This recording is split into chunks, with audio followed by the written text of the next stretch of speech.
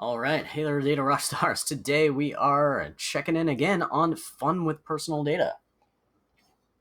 So what I've really found throughout my career is that whenever you choose something that's like personal to you about like data or places you've gone, you can use that in how you're learning like a new tool or a new process or a new framework, things like that, because it has like a deeper connection to you and there's a little bit more motivation and you kind of understand all those pieces of the product and how you use it. So it makes it easier to focus on learning the features of the software. And you also have that ability to have like kind of a sniff test. So in data, like when you see something and you're like, oh no, that's wrong. I haven't been on 3,000 Uber rides. I've only been on 300. So you have this ability to see when something's off and be able to investigate it and have that confidence so it doesn't get all muddled in there. And it's just a little bit more fun to see your own stuff in there, just like people like to graph their own things. There's a famous data visualization thing on like Fenton's days and the report of the year of everything you've done, and it's really kind of gone off the charts with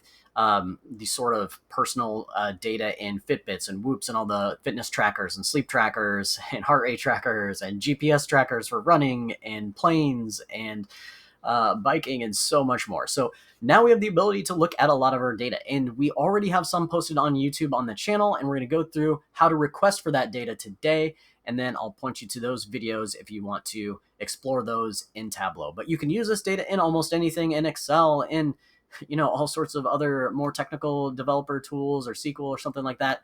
But we are just going to pull the data files today, and then you can have fun with it and watch some of the other videos on what the fields might show us and how you might graph that.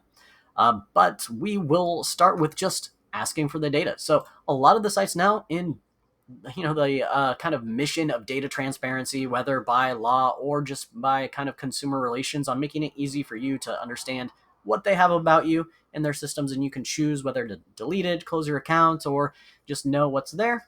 Especially data portability. So as you move between different services, so maybe Google closed Google Plus, but those posts were still out there, and Google Wave, which is an even cooler tool. That's sad that it's gone. So I definitely downloaded my files from there. There wasn't a lot, but being able to download it's pretty cool. So they have that sometimes hidden. It's often in these areas of the site where there's sort of a help FAQ or a support area. It's not always like easy to get to from a navigation menu. Sometimes you can get on mobile and sometimes not. So we're going to start with Eventbrite. So, a lot of the events I went to pre-COVID were in person, and then even webinars afterwards were using that really cool tool to manage an event. So you can download data about events that you manage if you have like a club or something like that. But you can also download all of the events you've attended, where they were, and all the attributes of those. And so that's kind of fun to check out as well. So if you have that, there is this page there, and I'll link all of these in the description below. But you can view past requests for data or take control of your data. It says here on this URL, take control of your data, and you can click download my data. And then it'll ask you for your email address. And then it will send it to you. So one thing to think about is whenever you do want to work with this data, making these requests ahead of time is key. A lot of them are in data warehouses that aren't stored in the main working memory of the application that they're using to get all of these events managed really quickly, or Uber rides done, or whatever it is. So make sure you are making this request a bit ahead of time. You will also notice that after you make this request, and we'll probably see it here if I do it, it will either send you an email to confirm, or it may have two-factor authentication where it sends you an SMS message or an email with a 5 or 6-digit code, and then it'll ask you to type it in there. And then it may take a couple hours or a day or two to process. So that is Eventbrite, and we'll just kind of show the same thing for a few of the other sites as well. One thing on Amazon, you may have some Amazon orders from a long time ago, maybe not. There's probably a few holdouts that don't have any Amazon orders. I don't know who you are, but you could go to your account, your orders, and your order history report here. It's a bit hard to find searching around, but you can also Google. So even if you can't find it on the site and searching the help or something like that, you could just Google Amazon download order history. Some of the terminology is different in a lot of these, whether it's order history, it's invoices, download your data archive, your personal data. So you do just search around and see what you can find, but I will link the ones I have here. One thing to think of too is you want to get that max amount of data there. You can click back as far as you would like and go to today. You can even name the report here and click request reports. And when it gets that request, it'll say processing and a little spinning thing up here. And then you'll be able to download those reports and open them in whatever you would like and see everything. I chose the drop down for items so I could see trends on, the actual item name, the category it's in. Is it books? Is it like scuba sports equipment or outdoors or camping or whatever the categories they have are? You can also choose just the order, refund, and return data as well. I think items is probably the most interesting to play around with. So give that a go and request the reports.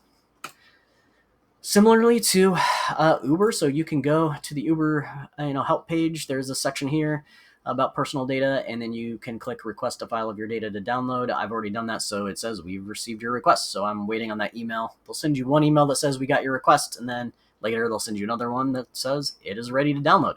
Some of them, if you do get that email that say it's ready to download, usually that only lasts maybe 3, 7, or 10 days because they don't want it just to keep it there because it's a lot of extra space. And if they just store those forever, that was a lot of cost for them to probably pay Amazon Web Services to host that on their file or something like that. So make sure you download it before it expires or you'll have to request it again.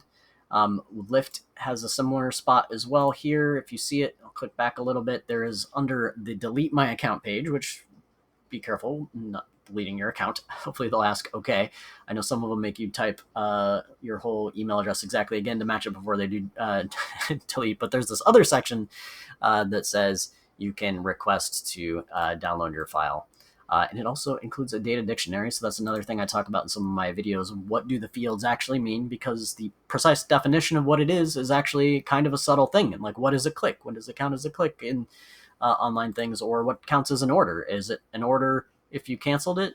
Is it an order if you refunded it? Maybe it is. It just changes the status, and maybe it's not. So it depends on those business logic definitions that they have. And they're cool enough to provide a data dictionary with that of those terms. So we can click through to that and then request as well and start, and then it'll go through a 2-factor authentication.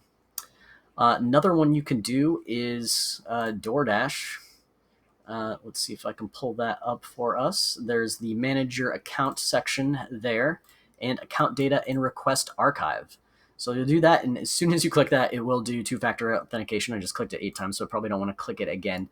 But you'll be able to get all your DoorDash data, the categories of restaurants, where and the location you ordered from. Were you in Ohio or California or somewhere else? And then you can map those as well. So again, all these are here on the Thinkermetrics channel already, and you can hop on over there and check out how to actually graph it and work with the data. But this is how you'd get it. We'll do a couple more. So there is an interesting service. So, Spotify is probably the most popular right now. Maybe you're listening on Apple Music or YouTube Music, a couple people on Pandora maybe.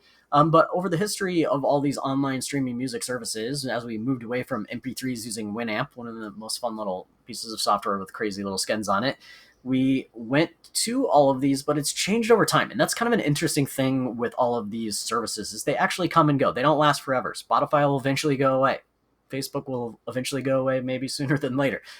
So what you need to do is have a way to tie this data together across time. And it's kind of annoying when it's like in all sorts of different formats. So this is kind of a theme to like data quality and being able to combine data across these same use cases. So wouldn't it be neat if you could look at your different trends of what you listen to across the last 17 years? Well, actually, if you connected them to a third-party service like last.fm, you can do that.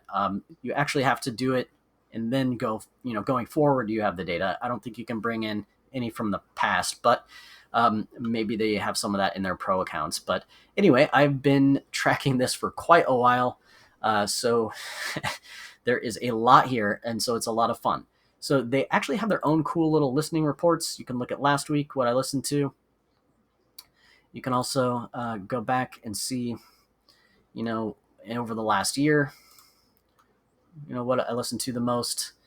And some pretty cool information. You can see versus 2020, if it changed. So I guess I listened to a lot of music in July, but listened to a ton this year. 9 days in a row. Lots of interesting stuff. But I actually want to work with this data on my own. So they actually have an API connection, and a developer was really nice enough to do this. You can look him up online, BenjaminBenBen.com, I think. He has this last.fm 2 CSV file, so we can just download it. You just put the name of any account, including your own there, and you can click this, and it will give you a CSV file to download that you can graph in Excel or Tableau or whatever. So really cool. It'll go through the 86 pages of mine, so it takes a little while, and then you can download it and go from there. All right. So one thing to think about if you don't already have those, music tracks scrobbling, and you don't have as much time, and you don't have a lot of Uber drives, anything that you have less than like 25 pieces of data, because it's not really fun to graph like 3 things. You really want a substantial amount of data so you can see trends and have a little bit more fun with it. Redfin's a good example of data we can download immediately, and we can kind of choose our own theme and go from there. So Redfin is a real estate app and company that has a little bit different model than real estate agents traditionally, of paying just based on a commission to them. So both the buying and selling agents and real estate market, both are incentivized to have the price as high as it possibly could be. A little bit of an incentive problem. So no wonder the real estate agencies are where they are in the markets of not having us incentivized towards the lowest, at least on one of those. But they actually pay based on customer satisfaction. And so it's a bit interesting of a product model and strategy for a company. It's kind of yet to be seen how that shakes out across the country, but they are expanding quite a bit. What's fun is you can do your own searches for houses, and you can do favorites of different things. And as you favorite them with that heart, as you go, it'll come in to this list, which you can get to by your profile on the upper right, your name, clicking that name or tiny down arrow. It already went there, so okay. Having trouble loading it. And I'll show it in a second on the user settings menu. There you go. Okay, too fast. But when you show it, when it shows up there's a favorites and comments under my Redfin, and that'll show all of yours. So I have 1,651.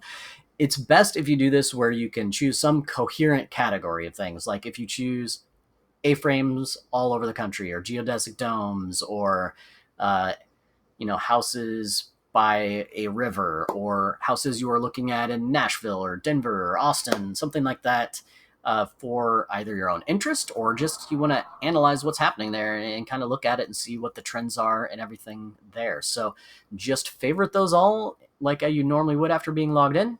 Go up to your favorites and comments, click there, and then right here you have download, and you will get a file immediately of your Redfin homes in the favorites. And that is super fun to download, because they have lots of interesting information you can figure out. They actually do a few things already from an analytics perspective that are fascinating. So price per square foot.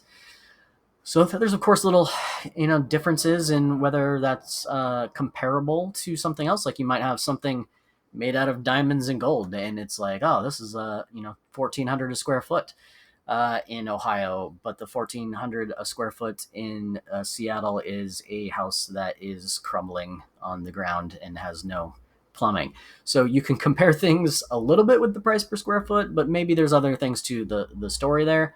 But it is interesting because it's a ratio, and it starts to get us to think more powerfully than just looking at the total cost of something. You also have a bunch of other interesting data, like the year built. Maybe there's an effect on the year built on the price. Maybe there's an effect on the lot size. This has a nice 20-acre lot. Just dreaming of all of that space. Also, HOA dues or other things like that could certainly have an effect. That is $18. If they're like $600 for a condo in Chicago, that's a very different scenario as well. So maybe you get a lot for that $600 in Chicago. Maybe you're just paying for elevator insurance, which you probably are. So with that, pick out the data that you want to play with. Post any comments below on any other sites or apps that you use a lot that might have data that we can get at, and I will certainly do more videos to help you there, or send me a note otherwise. But have fun with your data. Good luck, and give it a shot. Thanks, everybody.